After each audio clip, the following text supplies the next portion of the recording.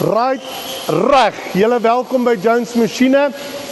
Ons gaan vandag, wat gaan ons vandag doen? O ja, die expellers. Yes, julle, ek kan nie meer alles onthou nie. Right, reg, kom ons wys vir julle. Hoe dit werk is, bo van die extruder af, kom daai skuimende sojabone. Dan kan ons kies.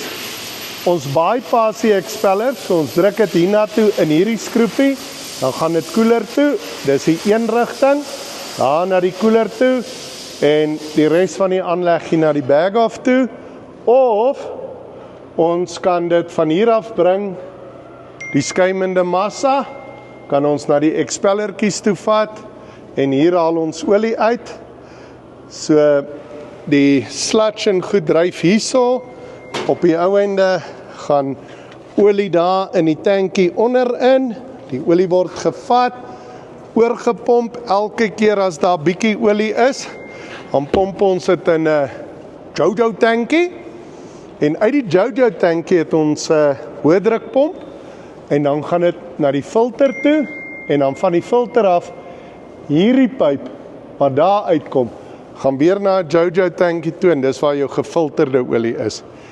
En die oomblik as jy die filter oopmaak en jy ruil jou doeke, dan het ons hierdie pype hier aan die kant, wat net die sludge en goed vat, en dit laat ons sommer net weer daar terugloop, want dit kan weer gebruik word.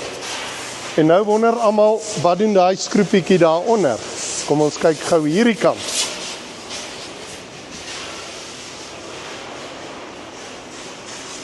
Vir een of ander rede, maak die olie, die expeller altyd peanut butter. Ok, dus kom ons noem het sojaboontjie botter. En dis wat die skroepie doen, hy bring net die sojaboontjie botter en hy gooi dit hierso uit. Dit is olie en van die baie fynstof gemeng, wat hierso uitkom.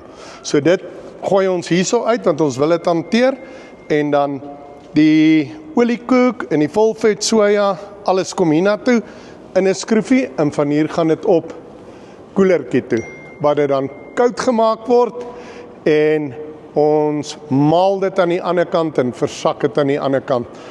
Maar dit is omtrent die storie van die olieparsie sover. Right, reg!